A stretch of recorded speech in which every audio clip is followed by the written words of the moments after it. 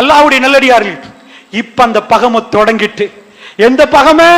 எங்கள்கிட்ட இருந்து இறைவன் பறித்தான், எங்க கிபிலாவை பறித்தான், எங்கள்கிட்ட இருந்து வேதத்தை எக்ஸ்பேர்ட் ஆக்கி அவர்களுக்கு ஒரு புதிய வேதத்தை கொடுத்தான். எங்கள்கிட்ட வந்த நபிமார்களை நிப்பாட்டி விட்டு ஜஸீர் அரபிகள்கிட்ட, அவர்கள்ட்ட, மக்காவாசிகள்கிட்ட அந்த மகன் இருந்து ஒரு நபியை தேர்ந்தெடுத்தான் என்பது அவர்களுக்குள்ள மிக பெரும் கோபம். அந்த வஞ்சகத்தை 1000 வருஷங்களாக அவர்கள் தீர்க்கிறார்கள். அவர்களுக்கு இப்பொழுது சான்ஸ் என்ன நினைக்கிறார்கள்? லா இலாஹ இல்லல்லாஹ் மூசா ரசூலுல்லாஹ் சொன்ன கூட்டம் அப்பா நாங்க. லா இலாஹ இல்லல்லாஹ் இப்ராஹிம் ரசூலுல்லாஹ்ட்ட போனா 2 பேரும் ஒன்றுதான், 2 பேரும் ஒன்று, இப்ராஹிம் ரசூலுல்லாஹ் தான். இப்ப அவர்களுக்கு நானா தம்பி பிரச்சனை. இஸ்ஹாக் நபி தப்பு பண்ணல, சிறந்த நபிமார்கள் வந்த ஒரு கூட்டம், மிக சிறப்பான அடியார்கள் கால் மிதித்த அந்த பூமி மிகவும் புனிதமான ஒரு மண்ணு. இப்பொழுது பிரச்சனை எங்களுக்கு அந்த மண்ணோட இல்லை. நாங்கள் சொல்லுகிறோம் அது எங்களுக்கு புனிதம் என்கிறோம். நாங்கள் சொல்கிறோம், கிறிஸ்தவர்கள் சொல்கிறார்கள் அது அவர்களுக்கு புனிதமாம், யூதர்கள் சொல்கிறார்கள் அது அவர்களுக்கு புனிதமாம். மறுமையினுடைய கடைசி காட்சி அங்க நடக்க போகிறது. பலஸ்தீனம் பத்தி எரிகிறது. நீங்களும் யகூதிகளும் சண்டை பிடிக்கும் வரைக்கும் மறுமை நாள் வராதென்றார்கள் ரசூலுல்லாஹ். அது பயங்கரமான சண்டை என்றார்கள். அந்த நேரத்தில் மரங்கள் பேசும், அதாவது யா முஸ்லிம் முஸ்லிம் இங்க வாங்க, யகூதி எனக்கு பின்னாடி இருக்கிறான், அவனை கொல்லுங்க மரங்களும் கற்களும் பேசும். இல்ல கர்க்கத்தை தவிர கர்க்கத்தின் ஒரு செடி இருக்குது, அது மட்டும் அப்படி இல்லை என்று சொல்லுகிற அளவுக்கு பயங்கரமான யுத்தம். பாபுலூத் மெப்பை எடுத்து பாருங்க, தஜ்ஜால் சாகிற இடம் அதுவும் பலஸ்தீன மண்ணில். பாபுலூத் என்ற இடத்துல ஈசா அலைஹிஸ்ஸலாம் அந்த பகுதிகளுக்கு வருவார். கடைசியாக அவர் பார்க்கிற நேரம் உப்பு கரைவது போன்று தஜ்ஜால் கரைந்து போவான் என்றாங்க ரசூலுல்லாஹ். அந்த பிரச்சனையும் தஜ்ஜாலுடைய அழிவும் பலஸ்தீன மண்ணில் இருக்கிறது. இந்த பிரச்சனை ரசூலுல்லாஹி ஸல்லல்லாஹு அலைஹி வஸல்லம் அவர்கள் சொன்னார்கள். என்ன சொன்னார்கள் தெரியுமா? பெருமானார் ஸல்லல்லாஹு அலைஹி வஸல்லம் ஒரு நாள் விரலை நீட்டினார்கள். சஹாபாக்கள் சொன்னார்கள், நீட்டிய விரலை பெருமானார் எப்ப மடிப்பார், எப்ப மடக்குவார் என்று சொல்கிற அளவுக்கு இப்படியே நீட்டி ஷாம் என்று ரசூலுல்லாஹ் சொன்னார்கள். நாமெல்லாம் ரசூலுல்லாஹ்வை பார்த்து கொண்டிருந்தோம். நீண்ட நேரம் விரலை ஷாமை நோக்கி ரசூலுல்லாஹ் காட்டினார்கள், ஷாம் என்றார்கள். அது பயங்கரமான ஒரு செய்தி. அல்லாஹ்வுடைய தூதர் சொன்னார்கள், இந்த ஷாமில் யுத்தம் ஏற்பட்டால், இந்த ஷாமில் யுத்தம் ஏற்பட்டால், நீண்ட நேரம் விரலை நீட்டி காட்டி இந்த ஷாமில் யுத்தம் ஏற்பட்டால் அது ஜஸீரத்துல் அரபு பத்தி எறியக்கூடிய ஒரு இடம். இதில் யுத்தம் வந்தால் மறுமை வரைக்கும் அந்த யுத்தம் ஓயாது என்றார்கள். மறுமை வரைக்கும் அந்த யுத்தம் ஓயாது. நன்றாக புரிந்து கொள்ளுங்கள், நான் சொல்லுவதை தவறாக புரியாதீர்கள். நான் இப்பொழுது பலஸ்தீனத்தில் நடக்கிற இந்த யுத்தத்தை ரசூலுல்லாஹ் அந்த யுத்தத்துக்கு சொன்ன பேர் மல் அமா. அப்படி சொன்னதாக தப்பாக நினைக்காதீங்க. இது மல் அமாவாக இருக்கலாம், இருக்காமலும் இருக்கலாம். ஆனால் ரசூலுல்லாஹ் யமன் பத்தி எரியும் என்றார்கள். ஜஸீரத்துல் அரபிலே குறிவைத்து சொன்னார்கள். சிரியா, ஈராக், பலஸ்தீன், இந்த ஒவ்வொரு ஹதீஸையும் சொல்வதற்குரிய நேரம் இல்லை. இவையெல்லாம் முஸ்லீம்ல நீங்கள் சஹீஹான செய்திகள் நீங்கள் பார்க்கலாம். ஈராக்குக்கு பொருளாதார தடை வரும் என்றாங்க ரசூலுல்லாஹ். ஈராக் சஹாபாக்கள் கேட்டாங்க, அன்றைக்கு பெரும் கோடீஸ்வரர்கள் வாழ்ந்த இடம் ஈராக்கா? டெசர்ட் லயன், பாலைவனத்து சிங்கம் சதாம் ஹுசைன் நிற்கிற நேரம். ஈராக் எப்படி பாலைவனத்தில் யாருக்கும் அடங்க மாட்டேன் நின்ற சதாம் ஹுசைன், அமெரிக்கா அவர்கள் ஒரு திட்டம் போட்டு சதாம் ஹுசைன் ஒரு இடத்துக்கு கொண்டு வந்தார்கள். அல்லாஹ்வுடைய நல்லடியார்களே, இந்த மாதிரி ஈராக் கீழே உழுவுது. சிரியாவுக்கு பொருளாதார தடை வரும் என்றாங்க ரசூலுல்லாஹ். அது வரும் என்றார்கள். சிரியா இன்றைக்கு உளுந்து காணப்படுகிறது. துருக்கி அது 10 மண்டாங்க. ஃபைனல் வார் இருக்கிற இடம் இஸ்தான்புல், கான்ஸ்டான்டினோப்பிள் என்ற ஹதீஸ்ல வருது. பழங்காலத்து பேர் கான்ஸ்டான்டினோப்பிள், அதாவது துருக்கியுடைய கேபிட்டல், தலைநகரம் இஸ்தான்புல் பத்தி எரியும் என்றார்கள். சிரியாவுடைய பார்டர்ல அலப்போ, சிரியாவுடைய பார்டர்ல ஒரு ஊர் இருக்கிறது. அந்த ஊருக்கு, அதாவது ரோமர்கள் வரும் வரைக்கும் மறுமையினால் வராது என்றார்கள். அது சின்ன ஊரு. அந்த ஊருக்கு அமாக் அல்லது தாபிக் என்றார்கள். ரசூல் ஸல்லல்லாஹு அலைஹி வஸல்லம் சொன்னார்கள், சின்ன ஊரு, அஹ்லுஸ் சுன்னah வல் ஜமாஅத்தினர் வாழ்ற ஊரு. அந்த ஊரு கைப்பற்றப்பட்டால் மறுமைக்குரிய அடையாளம் என்று வேற எந்த ஊரையும் சொல்லாம சிரியாவுடைய பார்டர்ல உள்ள சின்ன ஊர், இன்னைக்கு கூகுள் பண்ணி பாருங்க, முஸ்லிம்கள் நிறைந்து வாழக்கூடிய அஹ்லு சுன்னா வல் ஜமாத்தினர் வாழக்கூடிய ஒரு பகுதி. ரசூலுல்லாஹ் சொன்னார்கள், இந்த இடத்துக்கு ரோமர்கள் வந்தால் மறுமையினால் வந்துவிடும் என்றார்கள். இப்படி சில பகுதிகள் பத்தி எரிகிற பகுதிகள், யுத்தம் நடக்கிற பகுதிகள், மஹ்தி அலைஹிஸ்ஸலாம் வருவார்கள். அதாவது ஷாம்ல, அதாவது சிரியாவுல, டெமஸ்கஸ்ல, வெள்ளை மினாரா பைத்துல் அபியல்ல மஹ்தி அலைஹிஸ்ஸலாம் தொழுவிப்பார். அவர் சிரியா ஷாமுடைய படை. அந்த நேரத்தில் ஈசா அலைஹிஸ்ஸலாம் வானத்திலிருந்து இறங்குவார். அவர் வண்ண வண்ண ஆடை அணிந்திருப்பார், வண்ண வித, அதாவது கலர்ஃபுல்லான ட்ரெஸ் உடுத்திருப்பார். அவருடைய தலையிலிருந்து இந்த பக்கம் அவர் முடி வளர்த்திருப்பார். அப்படி இந்த பக்கம் சாய்த்தால் முத்து முத்தாக தண்ணீர் வடியும் அல்லது வேர்வை. அவர் அந்த இடத்தில் இறங்குவார். அது ஃபஜ்ருடைய நேரம். அந்த நேரத்தில் மஹ்தி அலைஹிஸ்ஸலாம் அந்த பள்ளியிலே தொழுவிக்க தயாராகிற நேரம். ஈசா அலைஹிஸ்ஸலாம் வந்த உடனே இடத்தை கொடுப்பார். அவர் சொல்லுவார், இல்லை நீங்கள் தொழுவீங்கள், இல்லை உம்மத் உங்களுக்கு பாரம் என்று கொடுக்கப்படுகிறது. உலகத்தின் கடைசி பிரச்சனைகள் அத்தனையுமே ஷாம். ஷாம் என்றா நீங்க பலஸ்தீன் என்று மட்டும் நினைக்காதீங்க, அல்லாஹ்வுடைய சிரியா, அதோடைய துருக்கியுடைய ஒரு பகுதி, இந்த ஜோர்தான், இந்த எல்லாமே ஷாம் பகுதி. ஷாம் பத்தி எரிய தொடங்கி விட்டால் மல்அமாவுக்குரிய செய்தி அதுதான். அல்லாஹ்வுடைய தயவு செய்து தப்பாக புரியாதீர்கள். இப்பொழுது நான் ஷாம், அதாவது மல்அமா தொடங்கி விட்டது என்று அடித்து சொல்ல முடியாது. அறிஞர்கள் சந்தேகப்படுகிறார்கள். வல்லாஹு அலம். அல்லாஹ் ரப்புல் இஸ்ஸத், அவருடைய ஞானம், அவனுக்கு தான் எல்லாம் தெரியும். ரப்புக்கு தெரியும் இது அந்த யுத்தமா அல்லது அதுக்கு முன்னாடி ஏற்படுகிற யுத்தமா. அந்த யுத்தமாக இருந்தால் இது மஹ்தி அலைஹிஸ்ஸலாம் வரும் வரைக்கும் ஓயாது சகோதரர்களே. இதுக்கு பிறகு ஒவ்வொரு ஊராக பத்தி எரிய ஆரம்பிக்கும். ஜஸீரத்துல் அரப் பத்த போகிறது.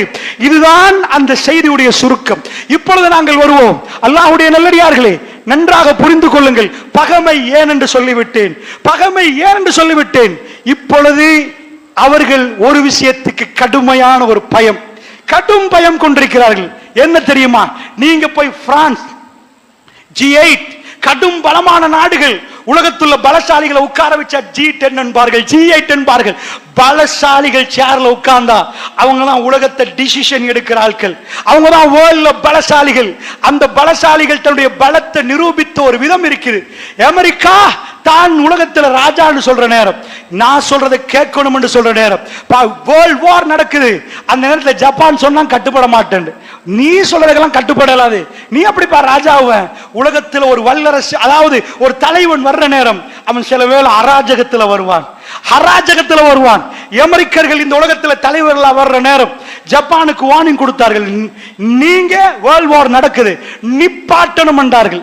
இதுக்கு அடங்கணும். ஜப்பானியர்கள் சொன்னால் நான் அடங்க மாட்டோம் என்றார்கள், அடங்க மாட்டோம் என்றார்கள். அமெரிக்கா வார்னிங் கொடுத்துச்சு, அணுகுண்ட போடுவோம் என்றார்கள். போட்டு பாருண்டது ஜப்பான். சொல்லி அடுத்த நிமிஷம் ஹிரோஷிமா, மிக பெரும் பொருளாதார வர்த்தக மையங்கள் ஜப்பானுடைய நாகசாக்கி, அணுகுண்டை வீசினார்கள். கீழே போடவில்லை, அணுகுண்டை கீழே போடல, நடுப்பரப்பில் வெடிக்க விட்டால். வெடிக்க விட்டால் 75 வருஷம், ஒரு வருஷம் 2 வருஷம் அல்ல, ஹிரோஷிமா எரிந்தது. அணுகுண்டின் விஷத்தை பார்த்தது. 75 வருஷத்துக்கு பிள்ளைகள் முடமாக பிறப்பார்கள் என்று விஞ்ஞானிகள் சொன்னார்கள்.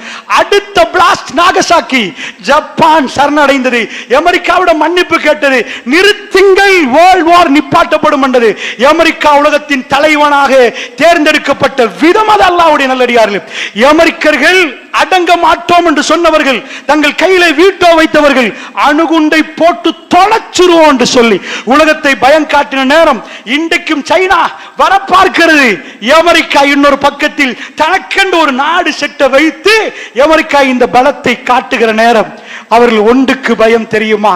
ஒரு பொம்புல தலையில ஒரு, அதாவது ஸ்கார்ஃப், ஹிஜாப் என்று சொல்ல முடியாது, ஒரு பேச்சுக்கு அவர்கள் ஹிஜாப் என்று சொன்னாலும், ஹிஜாப் என்றால் திரை முழுக்க மறைக்கக்கூடியது என்றாலும் நான் ஒரு பேச்சுக்கு சொல்கிறேன்.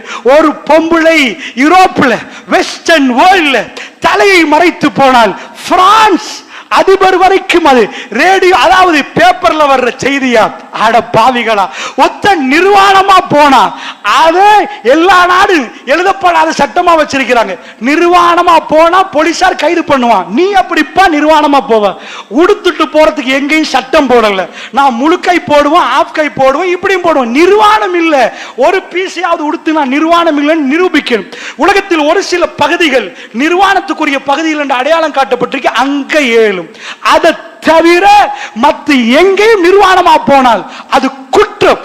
ஆனா மறைக்கிறதுக்கு எத்தனை மீட்டர் இருக்குதோ அத்தனை மீட்டர்ல மறைக்கலாம். எனக்கு தேவைன்னா இதெல்லாம் மறைச்சு 2 கண்ணை மட்டும் காட்டி முழுக்க மறைச்சு உடுக்கலாம். இப்படி உடுக்கலாம். எப்படி உடுக்கலாம்? பிரான்ஸ்ல எவ்வளவோ பிரச்சனை இருக்குது.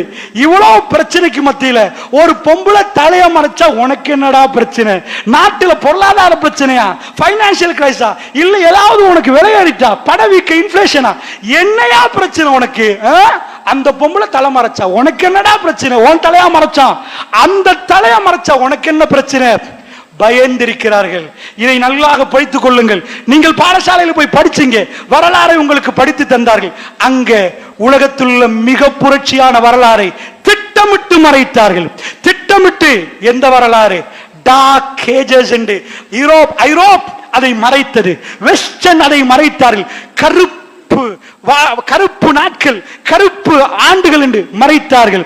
அதாவது 570 பெருமானார் பிறந்ததில் இருந்து மெல்ல மெல்ல அரபு வரலாறை அவர்கள் பேச மாட்டார்கள். அரபியர்கள் எழுந்தார்கள். உலகத்தை ரோமபுரி கீழே விழுந்தது, பாரசீகம் கீழே விழுந்தது. ஒட்டுமொத்த, அதாவது உலகத்தின் பெரும் பகுதிக்கு அரபிய தீபகற்பத்தில் மதீனா தலைநகரமான அந்த வரலாறை படித்து தரமாட்டார்கள். ரோமத்தை பத்தி பேசுவார்கள், சீசர்களை பத்தி பேசுவார்கள், இருக்களை பத்தி பிள்ளைகளுக்கு படிச்சு கொடுப்பாங்க. ஏன் தெரியுமா? அவர்கள் ஒன்றை பயந்தார்கள். ஒன்றை பயந்தார்கள். ஒரு அரையார் தலையை மறைக்கிறதுக்கு பயப்படல. ஒரு பொம்பளை ஹிஜாபு போடுறதுக்கு அவங்க பயப்படல. அவங்க ஒன்றை பயந்தாங்க. என்ன பயந்தாங்க தெரியுமா? முஸ்லிம்கள் குர்ஆனை எடுத்த பிறகு மதீனா மேப், வேர்ல்ட் மேப்ல மதீனாவை பொறுத்தல, நீங்க போய் வேர்ல்ட் மேப் எடுத்து மதீனாவில் ஒரு டொட் வச்சு நீங்க பாருங்க, அது உங்களுக்கு தெரியாது. மதீனா மேப்ல பெரிய ஒரு லொகேஷன்ல இல்ல, அதுல எதுவுமே இல்ல. நான் முன்னாடி சொன்ன மாதிரி அதுல ஒரு போட்டிருக்குதான், கொலம்போ, ஸ்ரீலங்காவுடைய கேபிட்டல். ஜெயவர்தனபுரையா கொலம்பான்னு பிரச்சனை போனாலும் ஒரு பேச்சு கொலம்போவை பொறுத்தல. கொலம்புல போட்டிருக்கு, ஆபர் இருக்குது. வந்தா சரக்கு இறங்கும். அங்கே இலங்கை பூராக போகும். ஏதோ ஒன்று இருந்தாதான் அது தலைநகரமாகும், வர்த்தக நகரமாகும். மதீனாவுல ஒண்ணுமே இல்லை. மதீனாவுடைய பேர் யஸ்ரீப். அதுக்கு ரசூலுல்லாஹ் வர்றாங்க. மதீனத்து நபி, நபியுடைய ஊரு, நபியுடைய ஊர் என்று சொல்லப்பட்டு அது மதீனாவா மாறிச்சு.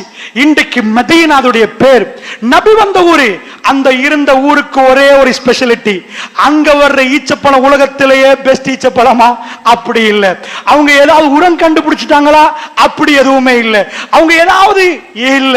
அல்லாஹ்வுக்கு பிடிக்கிற சில மக்கள் அங்க நிக்கிறாங்க. அந்த ஊர்ல நபி அல்லாஹ் அனுப்புறான். அந்த ஊரை தலைநகரமாக்கினான் அல்லாஹ்.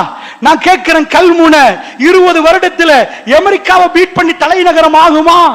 அது எப்படி ஆகும்? அல்லாஹ்வுடைய நல்லடியார்களே, தலைநகரம் ஆகுமா? மதீனா என்ன? நீங்க போய் எழுதி எழுதி எழுதி எனக்கு சொல்லுங்க. சரி, இங்க ஜெர்மன்ல இண்டஸ்ட்ரியல் ரெவல்யூஷன் நடந்துச்சு, ஓகே, சோ ஜெர்மனை பாராட்டுவோம். French revolution okay, Lenin revolution, அது சரிப்பில்லை, நான் பேசல. ஏதோ புரட்சிகள் நடந்துச்சு. மதீனாவுல என்ன கண்டுபிடிச்சாங்க? ஆயுதமா? ஏதாவது ஒன்று கண்டுபிடிச்சாங்களா? இல்ல. அது எப்படி தலைநகரமாக்கப்பட்டுச்சு? அது வர்த்தக மையமா? மக்கா கேபிட்டல், அது வர்த்தக மையம் இல்ல. அங்க குர்ஆன் அருளப்பட்டது. அந்த குர்ஆனோட வந்தவர்கள் ஷாம், சிரியா பார்த்தது, அவர்களை தாக்கும் பிடிக்கல. ஒரு கவிஞர் சொன்னார், ருஹ்பானுன் ஃபில்லை இரவிலே அவர்கள் இறைவனோடு கொஞ்சம் குழாவுறார்கள், இறைவனோடு பேசுகிறார்கள். பகலிலே அவர்கள் குதிரைக்கு மேல் ஏறினார். அவர்கள் வீரர்கள். உலகத்திலே ரோம பேரரசோட முஸ்லிம்கள் சண்டை பிடிச்சாங்கன்னா நபி வர முன்னாடி அரபிகளுக்கு சண்டை பிடிக்கலாம் தானே? என்ன ரசூலுல்லாஹ் வந்து ஆயுத களஞ்சியங்களை கண்டுபிடிச்சு கொடுத்தாங்களா? இல்லையே. அதே வாழ்த்தானே. எழுத படிக்க தெரியாதவங்க அரபு நாட்டுக்குள்ளே ஆட்சி அமைக்கல. வல்லரசுகள் எப்படி உளுந்தது? லா இலாஹ இல்லல்லாஹ் முஹம்மது ரசூலுல்லாஹ் போனார்கள். அல்லாஹ் ஊர்களை கையில கொடுத்தான், ஊர்களை தூக்கி கையில கொடுத்தான். நாலாவது அக்போ இந்த நாட்டு அதாவது லேಖனாரட்சக டிபார்ட்மெண்ட் தோன்றுவார்கள், அதாவது ஆவண காப்பகம் எழுதி பாதுகாத்து வைத்திருக்கிறார்கள். இங்கிருந்து 4 பேர் போய் ரசூலுல்லாஹ்வை சந்திக்க போனாங்க. கேள்விப்பட்டு ஃபேஸ்புக்லயா வாட்ஸ்அப்லயா ஸ்ரீலங்காவுக்கு முஹம்மது ரசூலுல்லாஹ் கேள்விப்படுவது ஹத்தரவன அக்போ நாலாவது இந்த நாட்டு எழுதினதை குர்ஆன் ஹதீஸை நான் சொல்லவில்லை. அவர்கள் அங்க போக அதிலே வர்ற டைம்ல மௌத்தாயிட்டார் ஒருவர் இஸ்லாத்தை ஏற்றுக்கொண்டு வந்ததாக அவர்கள் எழுதி வைத்திருக்கிறார்கள். அந்த நேரம் ரசூலுல்லாஹ்வை அவர்களுக்கு சந்திக்க கிடைக்கவில்லை. போகிற நேரம் ரசூலுல்லாஹ் மௌத். அபூபக்கர் சித்திக் ரலியல்லாஹு அன்ஹு 2 வருஷம் ஆட்சி முடிஞ்சு உமர் பின் கத்தாப் ரலியல்லாஹு அன்ஹு ஆட்சி அவரை சந்தித்து விட்டு வந்த செய்தி இந்த நாடு எழுதுதென்றால் அல்லாஹ்வுடைய நல்லடியார்களே, ஒரு கூட்டம் இந்த போர்டரை எல்லாம் தாண்டி போதண்டா 1000 வருஷம் பழமையான ரோம பேரரசு. நீங்க போய் கூகுள் பண்ணுங்க, நான் சொல்றதை கேட்காதீங்க.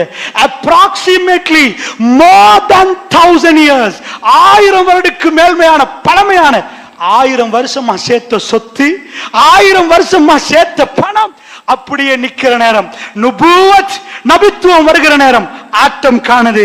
முழு சொத்தும் ஃபீ சபீலில்லாஹ், ஃபீ சபீலில்லாஹ். இன்றைக்கு சவுதியுடைய பட்ஜெட்ல அதிகமா மிலிட்டரி, அதிகமா ஒவ்வொரு நாடும் பட்ஜெட் போடுற டைம்ல எஜுகேஷனுக்கு 10%, இதுக்கு 10%. சவுதி மிலிட்டரிக்கு அதிகமா ஆயுதத்துக்கு தான் போடுது.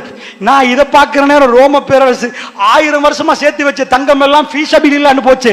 மஹ்தி அலைஹிஸ்ஸலாம் வர்றதுக்கு சேர்க்கிறாங்களோ தெரியாது. அல்லாஹ்வுடைய நல்லடியார்களே, இந்த மாதிரி உலகத்தில் கடும் பயங்கரமான சாம்ராஜ்யங்கள் ரோமம் பாரசீகம் நடுங்கி நின்றது. ஏன் மக்காவுல இப்ப பிறக்கிறவங்க வித்தியாசமா பிறக்கிறாங்களா? ஈமான். அவர்கள் சிரித்தார்கள். வல்லாஹி யாராவது வாளால் இஸ்லாம் பரவிச்சண்டா அது சுத்த பொய், சுத்த பொய் அப்படின்னு உங்க கையில எல்லாம் வாழ் இருக்கணும். அவர்கள் பிஸ்மில்லான்னு சிரித்தார்கள். அவர்கள் அன்பாக பழகினார்கள். இந்த நாட்டில் நானும் நீங்கள் எப்படி முஸ்லிமா நிக்கிறோம்? சண்டை பிடிச்சா இல்ல, நேர்மை நியாயம். வர்த்தகத்தின் சிறந்த மனிதர்கள் இந்த பூமிக்கு மேல் நடமாடுகிற மிக சிறந்த மனிதர்கள் முஸ்லிம்கள். அல்லாஹ்வுடைய இல்லையார்களே, அது ஈர்ப்பாக கவரப்பட்டு உலகமெல்லாம் இஸ்லாமிய நாடுகளாக மாறிச்சு. ரசூலுல்லாஹ் ஒரு டொட்ட வச்ச மதீனா அதை மார்க் பண்ணினா வேர்ல்டுல 23 ஆண்டுகள் 30 ஆண்டுகள் கழிய லார்ஜ் பெரிய போர்டரா வந்து நிக்குது இஸ்லாமிய சாம்ராஜ்யம். 1924 வரைக்கும் அதுதான் பலமா நின்றுச்சு. ஏன் தெரியுமா? அமெரிக்கர்கள் தலையில ஒரு துண்டை போட்டதுக்கு இவ்வளவு பிரச்சனை. முஸ்லிம்கள் திரும்ப குர்ஆனுக்கு போனா எங்க ஆயுதம், எங்க டெக்னாலஜி, எங்க அறிவு அதெல்லாம் கீழே அவங்களை திரும்ப உலகத்தில் ஆளுவாங்க. அவங்க ஃபார்முலா, அவர்கள் படித்த ஃபார்முலா அத்தனையும் ஃபெயிலியர், அத்தனையும் ஃபெயிலியர். முஸ்லிம்கள் குர்ஆனோட நின்றார். ஸ்பெஷலி லேடிஸ், அவர்கள் தங்களை மறைக்க தொடங்கினால் பிள்ளைகளை குர்ஆனோட வளர்ப்பார்கள். வளர்த்தால் முஸ்லிம்கள் இந்த வஹி 7 வானத்துக்கு மேல் கலாமுல்லாஹ் அல்லாஹ்வுடைய அந்த பேச்சோடு முஸ்லிம்கள் 2 கலந்து விட்டால் இவர்கள் தான் உலகத்தை ஆளுவார்கள் என்ற செய்தி முஸ்லிம்களை விட அவர்களுக்கு தெரியும். ஒரு துண்டு படவைக்கு அவர்கள் பயப்படவில்லை. இந்த ஃபேமிலிஸ் உருவாகும் என்பதற்கு அவர்கள் பயந்தார். அமெரிக்கா இறங்குகிறார்கள். முஸ்லிம் எழும்ப கூடாது. ஏனென்றால் திரும்ப உலகத்தை அவ ஏதாவது ஒன்றுல வச்சு ஆட்சி பண்ண அமெரிக்கா அணுகுண்ட வச்சு உலகத்துக்கு தலைவனானா. மதீனா எதை வச்சு தலைவனானா? எதை வச்சு தலைவனாச்சு? நீங்க சொல்லுங்க. உங்க புள்ளட்ட கேளுங்க. மதீனா உலகத்துக்கு தலைவரா, அதாவது உலகத்துக்கு தலைநகரமாக்கப்படுவதற்கு ஒரே ஒரு குவாலிஃபிகேஷன், முஹம்மது ரசூலுல்லாஹ். ரசூலுல்லாஹ் அந்த மண்ணை மிதித்தது, இது என் மஸ்ஜித் என்று சொன்னது. இன்றைக்கு நானும் நீங்களும் ரசூலுல்லாஹ் மஸ்ஜிதில் போய் தொழ வேணும் என்று நினைக்கிறோம். தொழுது விட்டு வருகிறோம். அல்லாஹ்வுடைய நல்லடியார்களே, வேர்ல்டுடைய மேப்பே மாறுது. வேர்ல்டுடைய சிவிலைசேஷன் எல்லாம் மாறுது. சிரிக்கிற விதம், அழுகிற விதம், பேசுற விதம், தூங்குற நேரம் அத்தனையும் மாறிய உலகத்தின் என் பார்வையில் ஜெர்மன் ரெவல்யூஷனை கொண்டு வந்து ஒருவர் வைத்தார். இல்லையப்பா, உலகத்துள்ள ஆக பெரிய ரெவல்யூஷன் முஹம்மது ரசூலுல்லாஹ் ஸல்லல்லாஹு அலைஹி வஸல்லம் அவரோடு அல்லாஹ் உருவாக்கிய இந்த கலாமுல்லாஹ் வேதத்தை கொண்டு வந்து வைத்தது. இதுக்கு அவர்கள் பயம். இப்ப உங்களுக்கு புரியுதா? இதுக்கு அவர்கள் பயம். நீங்க தாடி வைக்கிறது அவங்க பயம், தாடி வைக்கிறதுக்கு அவர்கள் பயம். முஸ்லிம்கள் தலையை மறைப்பதற்கு பெண்கள் அவர்கள் ஹிஜாபுக்கு பயம். இப்படி ஒரு துண்டு புடவைக்கு பயமா? இல்லை. முஸ்லிம்கள் குர்ஆனோடு உட்கார்ந்து அழுதார்கள் என்றால் ரப்பு வானத்தை திறப்பான் என்று அவர்களுக்கு தெரியும். இந்த பூமி அவர்களை தாங்கும் என்று தெரியும். இந்த உலகத்தில் நடந்த மிக அற்புதமான புரட்சி எழுத தெரியாதவர்கள், படிக்க தெரியாதவர்கள், பல்கலைக்கழகம் போகாதவர்கள், எந்த டெக்னாலஜியும் தெரியாதவர்கள் கையில் இந்த பூமி கொடுக்கப்பட்டது. இந்த உலகம் மிகவும் சிரித்துக் கொண்டிருந்தது. உமர் பின் ஹத்தாபுடைய ஆட்சி மகாத்மா காந்தி போய் பேசுகிற அளவுக்கு உலக வரலாறில், அதாவது ஒரு பாலிடிக் லீடரை பொறுத்தல்ல, அவர் உலக வரலாறு உள்ள பெரிய பெரிய பாலிடிக்ஸ் லீடரை பத்தி தான் படிப்பாங்க. அதான் இது ஒருத்தர் பொலிட்டிக்கலி லீடர் ஆகணும்டா எல்லா சரதையும் படிப்பாரு. மகாத்மா காந்தியை லண்டனுக்கு அனுப்பினாங்க. காந்தி ஃபேமிலி சல்லிக்கார ஃபேமிலி. மகாத்மா காந்தி லண்டன்ல இருந்து டை கோட்டோட வருவாரண்டா, இதெல்லாம் மாதிரி ஒரு புடவை துண்டை உடுத்துட்டு செருப்பு தூக்கி வீசினாரு. இந்தியாவை காக்கணும் என்றால் நான் முன்மாதிரி என்றால் அவர் கல்வியில் ஒரு இடம் பிடித்திருந்தது. இந்தியா மாறணும் என்றால் அவர் வரலாறுகளில் மறைக்கப்பட்ட ஒரு உண்மையை சொன்னார். உமர் வர வேண்டும் என்றார், உமருடைய ஆட்சி வேணும் என்றார். லியோ டால்ஸ்டாய் தான் அவருடைய டீச்சர். காந்தி லண்டன்ல பெரிய பெரிய ஆசானிடம் படித்து விட்டு ஒரு உண்மையை கக்கினார். இந்த உலகம் சிரித்த நாட்கள் என்றால் அது சஹாபாக்கள், கலீஃபாக்கள், இந்த பூமி ஆண்ட நாட்கள். அல்லாஹ்வுடைய நல்லடியார்களே, அல்லாஹ்வுடைய நல்லடியார்களே, இந்த கலாமுடைய பவர் அமெரிக்காவுக்கு தெரியும், வெஸ்டர்ன் வேர்ல்டுக்கு தெரியும். முஸ்லிம்கள் அதை நோக்கி போவதை அவர்கள் பயப்படுகிறார்கள். இப்பொழுது கிறிஸ்தவர்கள் எங்களை எதிர்க்கிறார்கள். இந்த பக்கம் யூதர்கள் இன ரீதியாக நம்மளை எதிர்க்கிறார்கள். இந்த அவ்வளவு பார்வையை வைத்துக் கொண்டு நாம் பலஸ்தீனத்துக்குள் போவோம்.